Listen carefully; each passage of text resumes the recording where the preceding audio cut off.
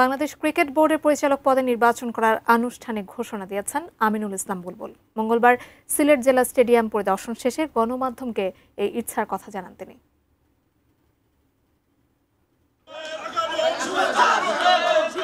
মাত্র ৩ মাস আগে বাংলাদেশ ক্রিকেট বোর্ডের সভাপতি হিসেবে দায়িত্ব নিয়েছিলেন আমিনুল ইসলাম বুলবুল। সে সময় জানিয়েছিলেন বোর্ডে তার অবস্থান হবে স্বল্প মেয়াদী। তবে এখন সেই পরিকল্পনায় এসেছে বড় পরিবর্তন।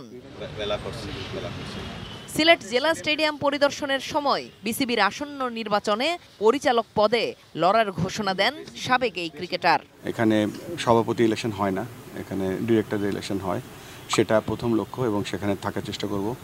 পরবর্তী যদি সুযোগ হয় আমি চেষ্টা করব যেভাবেই হোক বাংলাদেশকে সার্ভ করার জন্য। লম্বা সময় আইসিসিতে কাজ করার অভিজ্ঞতা নিয়ে দেশে ফিরেছেন বুলবুল। প্রথমে দায়িত্ব নিয়েছিলেন অস্থায়ীভাবে, তবে বিসিবিতে কয়েক মাস কাজ করার পর বদলে গেছে তার মানসিকতা। গত মাসেই প্রকাশ পায় সেটা। বাংলাদেশ ক্রিকেট যদি মনে করে যে I need to stay little লঙ্গার, সেটা যে কোনো প্রক্রিয়াই হোক, জানো না এই কাজটা আমি সব কিছু ছেড়ে দিয়ে এসেছি to serve my country.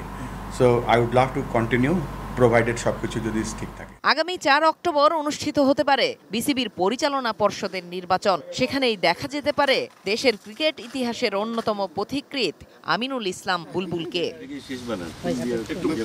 জেনিয়া চিশিম, sports desk, ATN news.